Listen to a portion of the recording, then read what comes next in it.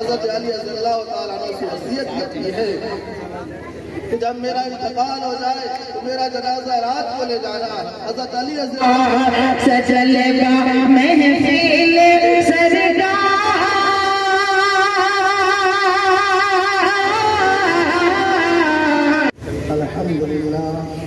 الحمدللہ رب العالمین والصلاة والسلام على سید الانبیاء والمرسلین وعلى آلہ وصحبہ اجمعین. اما بعد فقد قال الله تبارك وتعالى في الكلام المجيد والفرقان الحميد وإذا الموءودة سئلت بأي ذنب قتلت. صدق الله مولانا العظيم. معزز سامعین کرام اور اسٹیج پر رونق افروز علماء کرام اور پردہ نشین مائیں اور بہنیں، آج آپ حضرات کے سامنے بچیوں کی تعلیم و تربیت پر چند منٹ گفتگو کرنا چاہتا ہوں. محترم حضرات اور بزرگوں، جب اسلام نہیں آیا تھا، اسلام آنے سے پہلے معاشرے اور سماج کے اندر عورتوں کا کوئی مقام نہیں تھا، عورتوں کی کوئی عزت نہیں تھی، بلکہ زمانہ جاہلیت کے اندر عرب کے لوگوں کا یہ رویہ تھا لڑکیوں کے سلسلے میں کہ وہ لڑکی کی پیدائش کو اپنے گھر میں باعث شرم سمجھا کرتے تھے، شرمندگی کا باعث سمجھا کرتے تھے. اور اسی وجہ سے اگر کسی کے گھر میں لڑکی کی پیدائش ہوتی تو گھر والے اپنے منہ کو چھپائے پھرتے اور کسی کو لڑکی کی ولادت کی خبر نہیں دیتے، جسے قرآن کریم نے بہت ہی اچھے انداز میں بیان کیا ہے. وَإِذَا بُشِّرَ أَحَدُهُم بِالْأُنثَىٰ ظَلَّ وَجْهُهُ مُسْوَدًّا وَهُوَ كَظِيمٌ. جب ان کو لڑکی کی ولادت کی خبر دی جاتی تو ان کا چہرہ پھر جاتا اور وہ چھپے چھپے پھرتا تاکہ کوئی لوگ یہ نہ کہہ سکے اس شخص کے گھر کے اندر لڑکی کی پیدائش ہوئی ہے. تو لڑکی کی پیدائش کو زمانہ جاہلیت میں برا سمجھا جاتا تھا، یہاں تک کہ ان کا رویہ اتنا سخت تھا کہ وہ لڑکیوں کو اپنی عزت بچانے کے لیے، اپنی شرافت کو بچانے کے لیے لڑکیوں کو زندہ درگور کر دیا کرتے تھے. قرآن کریم نے اس کا نقشہ کھینچا ہے وَإِذَا الْمَوْءُودَةُ سُئِلَتْ بِأَيِّ ذَنبٍ قُتِلَتْ. جب ان لڑکیوں سے پوچھا جائے گا، جب ان درگور کی ہوئی لڑکیوں سے پوچھا جائے گا کہ تمہیں کس جرم میں قتل کیا گیا، تو زمانے جاہلیت میں قتل کرنے والے لوگ اس کا کیا جواب دیں گے؟ لیکن جب اسلام آیا، تاجدار مدینہ سرور کائنات صلی اللہ علیہ وسلم خاتم النبیین بنا کر بھیجے گئے. آپ علیہ السلام نے لڑکیوں کو مقام سے نوازا.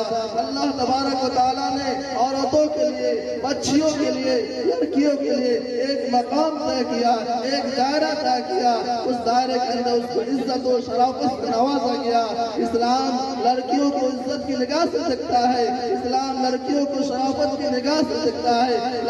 اسلام لڑکیوں کو انسانی خواہشات کا مری نہیں بناتا ہے. اسلام کے اندر لڑکیوں کو بہت ہی زیادہ عزت اور شرافت سے نوازا گیا ہے.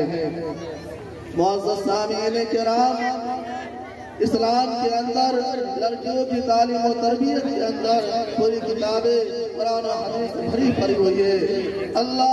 اللہ کے پیغمبر سرکار دو عالم صلی اللہ علیہ وسلم نے فرمایا کہ جب تمہارے گھر کے اندر لڑکی کی پیدائش ہو، جب 7واں دن ہو اس کا ایک اچھا سا اسلامی نام رکھا جائے. 7ویں دن اس لڑکے کے نام سے عقیقہ کیا جائے اور ان کے سر کے بال کو مڈایا جائے، بال کے برابر چاندی صدقہ کر دیا جائے تاکہ اس بچی کی طرف سے چاند کا صدقہ نکال دیا جائے اور لڑکی آفات، بلیات، مصیبتوں، پریشانیوں سے محفوظ ہو جائے. اور قرآن کریم کے اندر آگے فرمایا اللہ رب العزت کے پیارے پیغمبر جناب محمد رسول اللہ صلی اللہ علیہ وسلم نے فرمایا کہ جب لڑکی 7 سال کی عمر کو پہنچ جائے تو ماں باپ کی ذمہ داری بنتی ہے وہ لڑکی کو نماز پڑھنے کی ترغیب دے.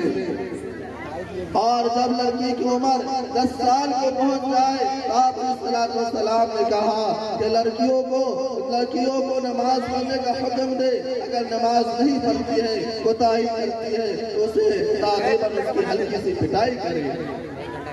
اور 10 سال کی عمر میں بھی کہا گیا ان کے بستر کو الگ کر دیا جائے، لڑکی کا بستر ماں باپ سے الگ کر دیا جائے، بھائی سے الگ کر دیا جائے، لڑکی کو الگ لگایا جائے۔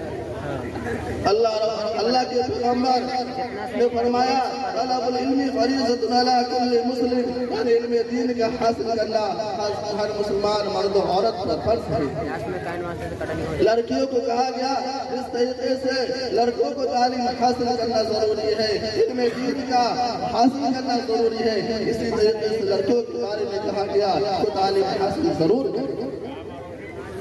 جب بالغ ہو جائے ماں باپ کو حکم دیا گیا اس کا اچھا سا مناسب رشتہ ڈھونڈ کر اس کو شادی کر دی جائے گا۔ تو ماں باپ کی ذمہ داری بنتی ہے لڑکیوں کے سلسلے میں وہ لڑکی کی اچھی تعلیم و تربیت کرے، بچپن ہی سے ان پر ان کی نگاہ ہے تاکہ وہ کوئی غلط قدم نہیں اٹھا سکے۔ معاشرے کے اندر اور سماج کے اندر لڑکیوں پر کوئی انگلی نہیں اٹھا سکے، اور اسلام نے لڑکیوں کو پردے میں رہنے کا حکم دیا۔ پردے کے سلسلے میں ہمارا بی بی فاطمہ اور سیدہ عائشہ صدیقہ رضی اللہ تعالی عنہا کی مثالیں پیش کرتے ہیں۔ بی بی فاطمہ کو ہم میں سے کون نہیں جانتا، سب جانتا بی بی فاطمہ کون ہے۔ آپ علیہ السلام کے لقب جگر ہے، حضرت علی رضی اللہ تعالی عنہ کی زوجہ ہے۔ حضرت بی بی فاطمہ رضی اللہ تعالیٰ عنہ کا جب انتقال ہونے لگتا ہے تو حضرت علی رضی اللہ تعالیٰ عنہ سے وصیت کرتی ہے کہ جب میرا انتقال ہو جائے تو میرا جنازہ رات کو لے جانا۔ حضرت علی رضی اللہ تعالیٰ عنہ نے فرمایا کہ بی بی فاطمہ سے فرمایا کہ تمہارا جنازہ رات کو کیوں لے جائے، تو پیغمبر کی دختریں دیکھے تمہارا جنازہ دن میں لے جائے گا تاکہ لوگ شریک ہو سکے، مدینہ کے لوگ شریک ہو سکے۔ حضرت بی بی فاطمہ رضی اللہ تعالیٰ عنہ نے کتنا پیارا سا جواب دیا۔ میری ماں اور بہنیں اس جواب کو غور سے سنے کہ بی بی فاطمہ نے کیا جواب دیا۔ حضرت علی سے کہا حضرت علی سے کہا کہ میرے جسم کو یا تو میرے ابو محمد رسول اللہ صلی اللہ علیہ وسلم نے دیکھا ہے یا حضرت علی نے آپ نے دیکھا ہے، اس لیے حضرت علی نے کہا میرا جنازہ رات میں جانا۔ چنانچہ اسی کی وصیت کے مطابق عمل کیا اور حضرت علی رضی اللہ تعالیٰ عنہ نے بی بی فاطمہ کا جنازہ رات میں نکالا۔ زوجہ نبی ام المؤمنین سیدہ عائشہ صدیقہ رضی اللہ تعالیٰ عنہ کا پردہ مشہور ہے۔ حضرت عمر فاروق رضی اللہ تعالیٰ عنہ شہید ہو جاتے ہیں اور آپ حضرت عمر فاروق رضی اللہ تعالیٰ عنہ کو آپ علیہ السلام کے قبر کے بغل میں لٹایا جاتا ہے۔ حضرت عائشہ صدیقہ رضی اللہ تعالیٰ عنہ سے باہر چلی جاتی ہے، اس کے بعد جب بھی روضہ رسول پہ جاتی ہے تو پردہ کر کے جاتی ہے۔ کسی نے کہا پر مردوں سے پردہ کیا کرنا ہے، اسلام کے اندر بھی مردوں سے پردہ کرنے کا حکم نہیں دیا گیا۔ حضرت عائشہ صدیقہ رضی اللہ تعالیٰ عنہا نے کیا پیارا سا جواب دیا۔ انہوں نے کہا پردہ اس لیے کرتی ہوں، ایک تو میرے شوہر سوئے ہیں، دوسرے میرے ابو ہیں، لیکن اس کے بغل میں جو سوئے ہیں حضرت عمر سوئے ہیں جو غیر محرم ہے، اس لیے ان سے پردہ کرتی ہوں۔ اس لیے میری ماں اور بہنیں پردے کا اہتمام کریں اور اپنی لڑکیوں کی اچھی تعلیم و تربیت کریں۔ انہی چند باتوں کا تقریر ختم کرتا ہوں۔ وما علینا الا البلاغ۔ اگر آپ YouTube پر ہمارا چینل دیکھ رہے ہیں تو کرپیا سبسکرائب کریں، اور اگر Facebook پر دیکھ رہے ہیں تو پیج کو فالو کریں۔ آپ کا اپنا چینل PD اسلامک میڈیا۔